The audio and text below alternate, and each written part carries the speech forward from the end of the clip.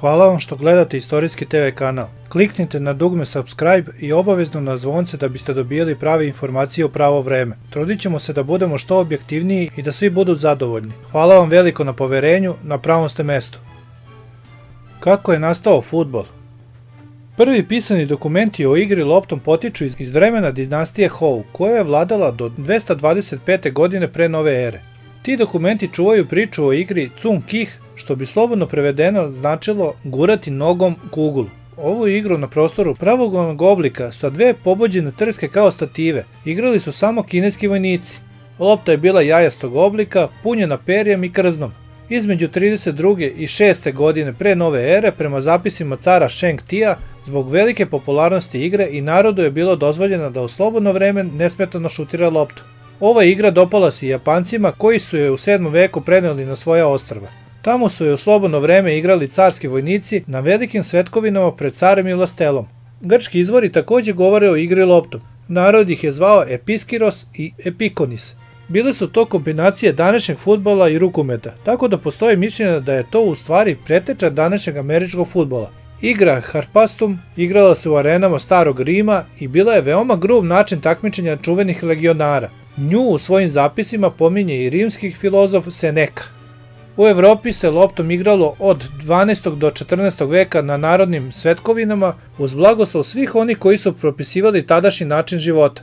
Bilo je to vreme kada su mnoge stvari zabranjivane, srećom igra loptom nije. Međutim, 1349. godine u Engleskoj, odlukom kralja Edvarda III. Igra loptom je zabranjena, a sličnu odliku 20 godina kasnije doneo i francuski kralj Karlo V.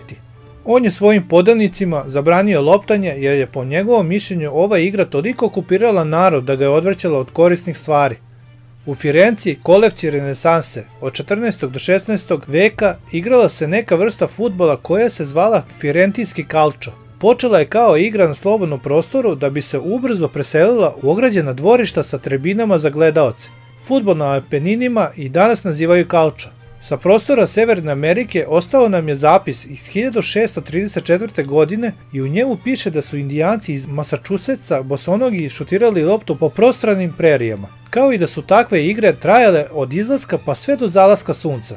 Početak 19. veka u Engleskoj je bio karakterističan za individualne sportove, mačevanje, gimnastiku i tako dalje. Onda je u školi ragbi 1823. student William Webb Ellis zgrabio rukama loptu i potrčao prema suprotnom kraju terena. Njegovi drugari su tražili da im loptu vrati što je on učinio, ali nogom. Bio je to precizan šut koji je zadivio sve, pa su ga zamolili da ponovi. Ponovljeni šut nogom na određeno mesto je oduševio studente, tako da su i oni počeli da se dodaju nogama. Prve stative su bili razboji na sportskom terenu, a onda je sve išlo samo od sebe. U početku loptu su šutirale samo školske ekipe, a 1855. godine osniva se prvi fudbalski klub u svetu, Sheffield. 2 godine kasnije osniva se Hallam, a 1859. Blackheath. 8. septembra 1863. dogovorena su opšta pravila fudbalske igre i tada je fudbal odvojen od ragbija. Pošto su utvrđena pravila igre, studenti Cambridgea, Oxforda, ragbija, Harrowa su sve više šutirali loptu.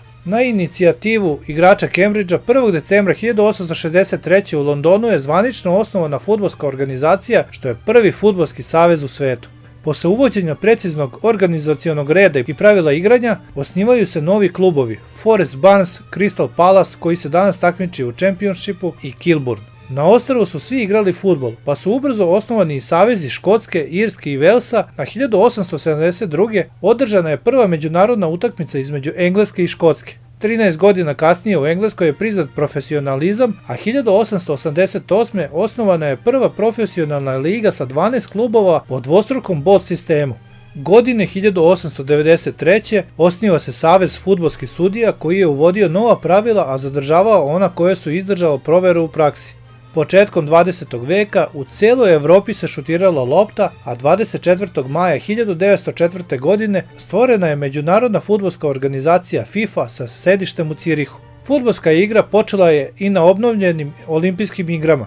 Na drugoj olimpijadi u Parizu 1900. godine igrale su reprezentacije Francuske i Engleske, čiju reprezentaciju je potpuno činio univerzitetski klub Eton Park. Na olimpijadi u St. Louisu 4 godine kasnije održana je utakmica između Kanade i Sjedinjenih Američkih Država, a na četvrtoj olimpijadi 1908. u Londonu fudbal je ušao u službeni deo programa igara. 3 godine kasnije, članstvo FIFA dobile su prekookeanske zemlje, Sjedinjene Američke Države, Argentina i Čile, a 1917. godine održano je prvo južnoameričko prvenstvo.